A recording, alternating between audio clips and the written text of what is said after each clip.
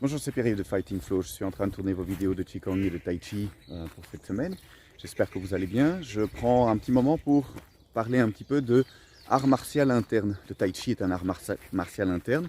Et qu'est-ce que ça veut dire un art martial interne?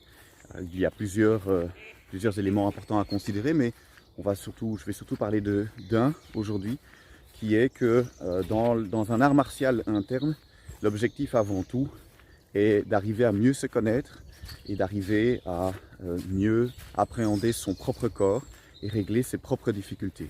Donc vous connaissez probablement le dicton « ce qui est à l'extérieur, c'est un reflet de ce qu'il y a à l'intérieur ». Eh bien, un art martial interne s'inspire de cette notion et dit voilà, ce qui est important, c'est pas trop d'essayer de vaincre les adversaires à l'extérieur, mais plutôt d'essayer de vaincre les adversaires à l'intérieur. Et il y a beaucoup de dictons qui vont dans ce sens. Un d'ailleurs qui dit que quand il n'y a plus d'ennemis à l'intérieur, il n'y en a plus à l'extérieur non plus. Donc c'est peut-être un peu simpliste et pas toujours réaliste non plus, mais c'est une bonne direction qui est celle donc proposée ici par les arts martiaux dits internes, y compris le Tai Chi.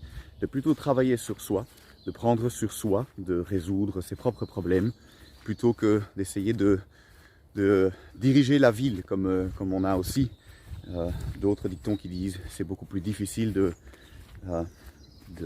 se gérer soi que de gérer une ville. Donc c'est pour ça que tout le monde essaye plutôt de gérer à l'extérieur et de gérer la ville plutôt que de travailler sur soi-même. Donc un art martial, c'est ça. Le Tai Chi également vous invite à cela, c'est-à-dire de bien vous comprendre, de bien travailler sur vos mouvements, votre corps, comprendre vos tensions, régler vos problèmes psychologiques et plutôt que d'essayer d'aller sauver le monde, d'aller vers l'extérieur, de résoudre les problèmes des autres d'ailleurs plutôt que les vôtres. Et le plus en lien avec l'art martial, si mon corps se déplace correctement, si mes mouvements sont bons par rapport à ma pratique, par rapport à ma réalité, eh bien mes chances sont plus grandes de vaincre un adversaire à l'extérieur que si mes mouvements ne sont pas corrects. Si mon corps est déjà pas bien aligné, eh bien j'ai moins de possibilités de vaincre mon adversaire à l'extérieur. Donc dans la réalité martiale, dans la réalité combative, il y a un intérêt aussi à beaucoup travailler sur soi en premier lieu avant d'aller rencontrer un adversaire à l'extérieur. C'est d'ailleurs pour ça que le Tai Chi insiste en tant qu'art martial interne sur plusieurs années de pratique personnelle avant d'aller à la rencontre d'un partenaire extérieur.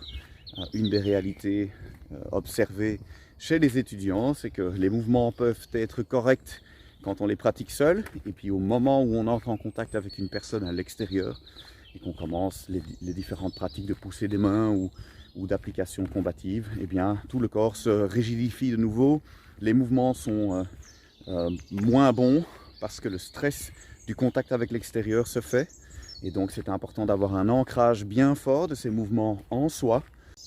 Une proposition de travail intéressante, quand vous pratiquez la forme, faites comme si vous aviez un adversaire en face de vous. Donc chacun des mouvements doit rester dans sa tradition martiale. On a des coups de poing, on a des parades, on a des coups de pied, on a des amenés au sol. Et donc quand on pratique ces mouvements, il faut imaginer l'adversaire en face de soi. C'est très important pour rester fidèle à l'origine du mouvement et pour bien les effectuer. Par contre, quand vous avez un adversaire en face de vous, on va dire dans un premier temps dans une classe, dans un cours, dans un environnement plutôt sécurisé, et puis après dans la vraie vie, si jamais vous devez vivre une agression malheureusement, eh bien le principe est alors de faire comme s'il n'y avait pas d'adversaire et donc de pratiquer votre mouvement en restant détendu et confiant dans votre technique et ne pas être influencé par ce qui se passe à l'extérieur au point de perdre votre intégrité. Donc ça c'est une proposition de travail. Donc quand vous faites la forme, pensez à un adversaire, et puis quand vous êtes dans la confrontation à l'extérieur, restez bien fidèle à vos mouvements et à ce qui est juste dans votre corps. Voilà, bonne réflexion, bon travail, et on se retrouve bientôt pour une prochaine vidéo.